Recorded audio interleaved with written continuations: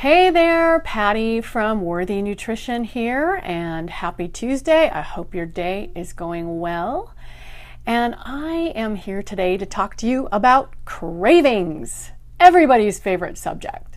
I ask people all the time what they think about cravings, and they can go on and on just like I can. So here we go, cravings. I've divided where cravings come from into two separate groups, physical and emotional, although in my notes I put emotional/physical because there is a physical component to that kind of starts the emotional component off in most people. So we'll see when we get there. First of all, physical, we have bacteria in our colon, right? And 10 times more than the amount of cells we have in our body. That's a heck of a lot of bacteria. That is just trillions of bacteria in our colon, okay? They need to be fed, they want what they want, and they communicate with our brains through the vagus nerve.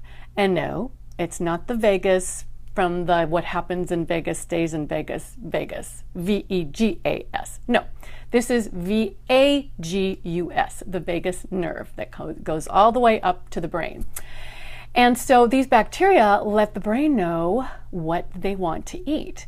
So if you have a good balance of good bacteria versus bad bacteria, the good bacteria is going to tell your brains that you want good stuff to eat, like prebiotics, which is basically starchy foods that go through the intestines undigested so that the bacteria can digest these foods and eat them and get nourished and grow, right? So now you have the bad bacteria, and if you have an overgrowth of bad bacteria, they rule the roost. And the way you get an overgrowth of bad bacteria is through things like eating tons of processed foods, antibiotics, too many antibiotics, major stresses, no probiotics to replace the bacteria that do die off, and of course, sugar. Sugar is their main food. So when there's an overgrowth of, say, candida or other harmful yeasts and bacteria, they're telling the brain, I want sugar, and I want sugar now. Does that sound familiar? Does to me. Okay, and sometimes our body wants vitamins, certain vitamins or minerals, certain nutrients that you seem to be missing. Here's an example. About 99% of human beings are deficient in magnesium. We just don't get enough magnesium in our bodies. It's mostly found in leafy green vegetables, and a lot of people have fallen away from the whole vegetable thing, unfortunately, eating more processed foods like I mentioned before, and they're not getting enough magnesium.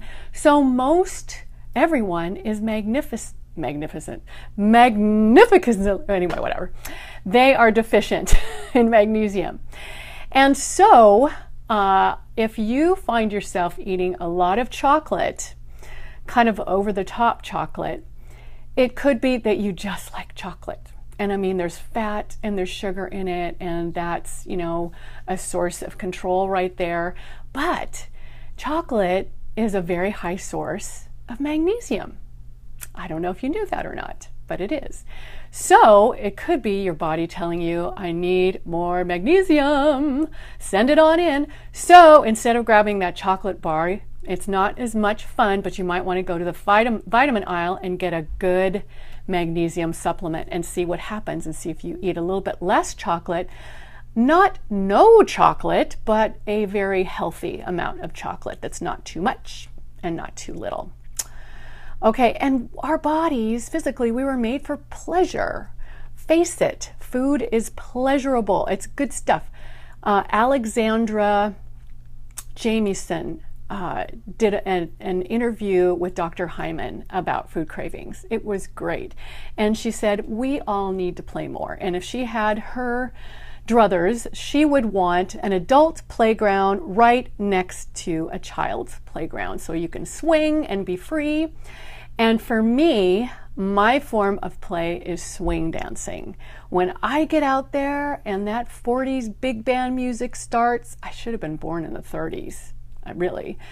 I get so happy. And if I'm with a great lead who knows what he's doing, he's very confident, and I can follow him confidently, I am free to just let go and have so much fun. And see, you can see my face is all lit up. That is my happiness, my way of playing. I used to say that it was my heroin, which is really not a great example because nobody wants to be a heroin addict, but sometimes I feel like I'm addicted to dancing, even though I don't overdo it, because it's so much stinking fun. So find what you like to do and do it. Make sure you go for it. Okay, so then to the emotional, physical side, the sugar that we eat, when we eat sugar, opioids are released, pleasure and euphoria happens because they find those receptors in our brain connect, and pleasure and euphoria happens. And of course, it tastes good too, obviously, and that's okay. This is how I began my love affair with sugar, and which turned into a controlling, addicting thing, unfortunately. But when I was 11 years old, my mom passed away suddenly for me, but not for the rest of my family. Everybody knew, and I think they were trying to protect me. And I was just in shock, and I remember feeling so all alone because our family, we were the type of family that just basically handled everything with humor and sarcasm. There was not a lot of, hey, how you doing? Come here and sit, beside me. Let me give you a hug and all that stuff. And that's okay. They just didn't learn it. Nobody had that in our family. And so that's what I was missing, is somebody to just kind of scoop me up in their arms and just say, how you doing? Are you okay? I'm so sorry. And let me cry on their shoulder. And they didn't have that either. Nobody had that. So it was a pretty alone time for me. And that's the first time I remember just globbing onto sugar and just going crazy with it because of those receptors getting what they want for that 5 or 10 minutes. It was only 5 or 10 minutes and then it would go away.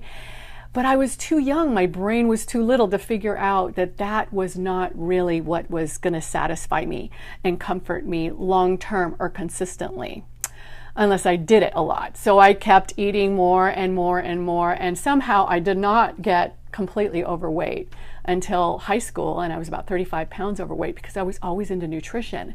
And I knew once I binged, I would clean out with water only, none of the other harmful stuff, and then start the whole thing all over again. Oh, it was insanity.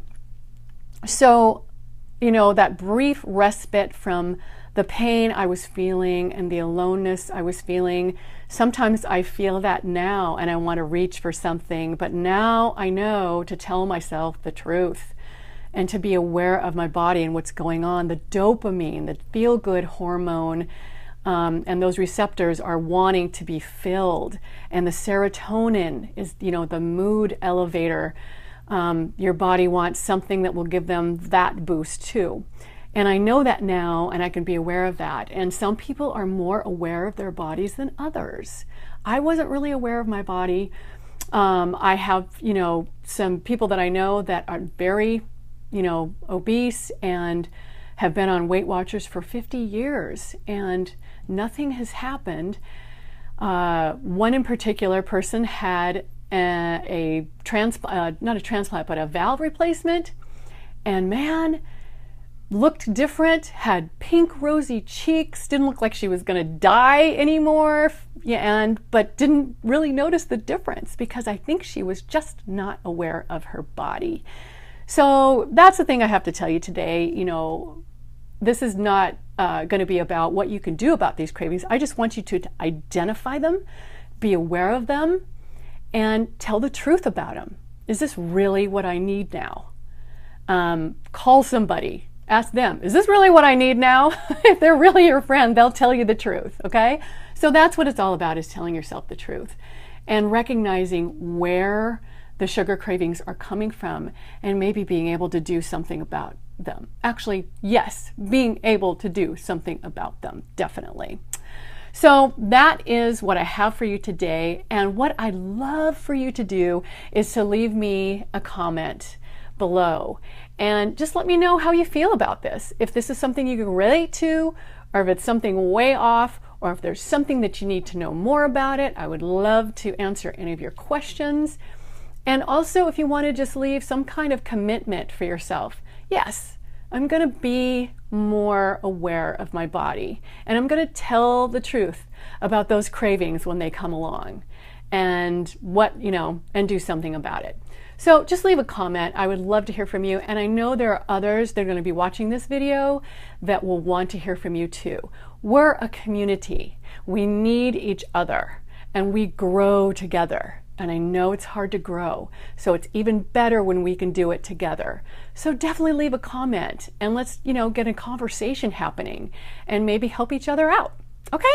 Have a great rest of the day, and I will talk to you next week. Ciao for now.